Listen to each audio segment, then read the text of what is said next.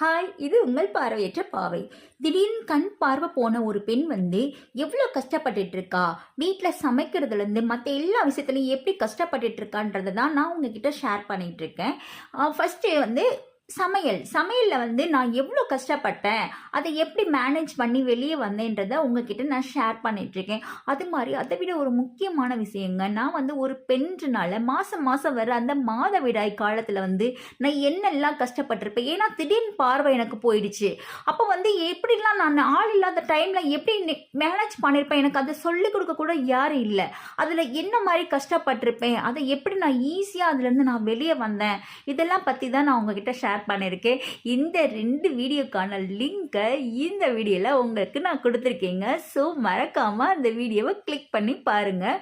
இதை ஏன் சொல்கிறேன்னா, நம்மளுக்குள்ள எல்லாத்துக்குள்ளேயுமே ஒரு ஆர்வம் இருக்கும் இல்லையா.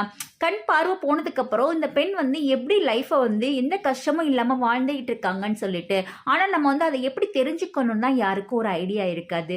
அதனால தாங்க என் குரல் மூலியமாக என் சொந்த அனுபவங்களை தான் உங்ககிட்ட நான் ஷேர் பண்ணிட்டுருக்கேன். ஸோ மறக்காமல் பாருங்கள். அது மாதிரி உங்களோட ஆதரவு எனக்கு ரொம்ப முக்கியங்க.